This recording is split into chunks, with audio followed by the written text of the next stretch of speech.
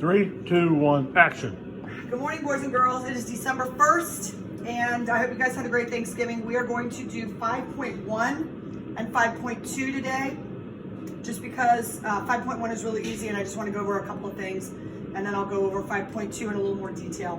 So 5.1, we're just talking about modeling percents. You need to remember that a percent is a ratio or rate that compares a number to 100.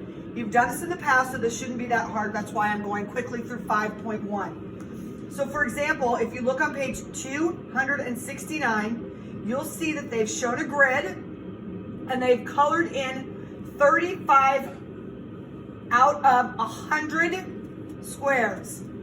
So this is your percent. This is your rate or your ratio compared to 100.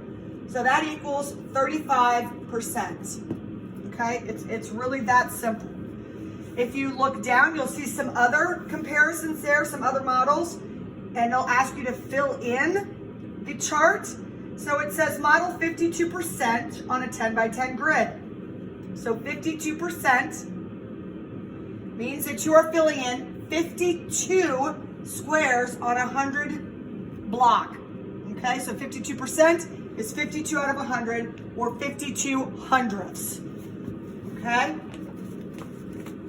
One other example that you might want to be aware of when we're talking about fractions is that you can also have, and this will be explained a little bit more later, but for example, if you had 1 and 32 hundredths, this whole number means that you've already filled in one full block, okay? And then you would fill in a second block with 32 out of 100. So if you had that, it would be 10, 20, 32, okay?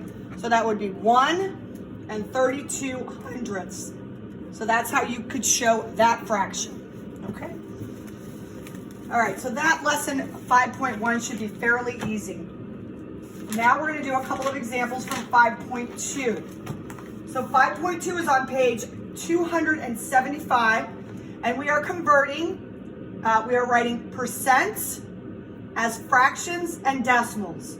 So there's a few things that we're gonna do here. I'm gonna walk straight through the first examples on page 275.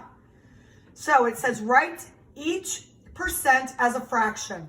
So we're gonna write 15% as a fraction. And we know that 15% equals 15 out of 100. Now, just like I've said before, everything from here on out should be in simplest form. So you can divide 15 and 100 by 5. That's your greatest common factor. So you would end up with 3/20. So 15% equals 3/20. So here we have converted from a percent to a fraction, okay? Let's do one other one. We've got 113%, okay? Now remember, this is 100, okay? So this tells you that it's going to be a whole number and a percent, okay? So we've got 100 over 100 plus 13 over 100, okay? So that gives us 1 and 13 hundredths. 13 hundredths is already in simplest form, so 113% equals 1 and 13 hundredths. So it's pretty straightforward. Okay. Now, let's look at another example. We are going to write 72% as a decimal. So we have 72%. That's your percent. We already know that you could do 72 over 100, and that is your fraction. We know that this says 72 divided by 100, okay? So, first thing we can do here, without even having to divide, is, we know that's a whole number, We know we are dividing by 100. So we move the decimal point 2 places over, and we get 0.72, which says 72 hundredths. Okay, so we have the percent, the fraction, and the decimal. And these are pretty easy. You could have, again, something like 13%. That equals 13 over 100, which is 13 hundredths. Same thing, you're dividing by 100. So your whole number, you move your decimal point 2 places, and you get 13 hundredths. That is very easy. There are some that are harder, and I'll do a couple of those examples. If you look again on page 276, it asks you to write 4% as a decimal, okay? This is a little bit different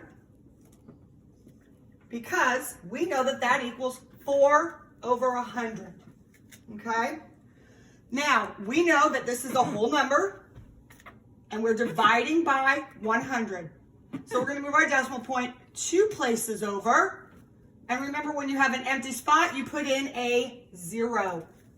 So you would have 0.04 or 4 hundredths, because that's in the hundredths place. So 4%, 4 hundredths, and 4 hundredths, or 0.04. Okay? Let's go ahead and do one of the share and shows on page 276. Okay? We'll do number 1, where it says write the percent as a fraction. So we have 80%. We know that that equals 80 over 100. We know that that is not in simplest form. So we could divide by 20 because 20 is the greatest common factor. So 80 divided by 20 is 4. And 100 divided by 20 is 5. So 80% equals 4/5.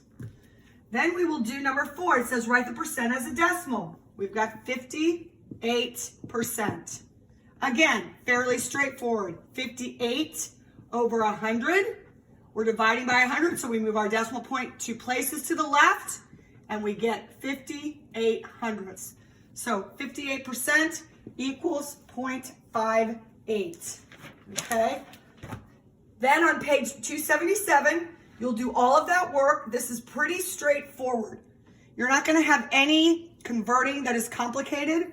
Later on in the chapter, it'll get a little bit more difficult, but this is pretty straightforward. So if you have any questions, just email me. Otherwise, you're going to do all of the work on page 277 and 278. Take pictures of it and email it to me.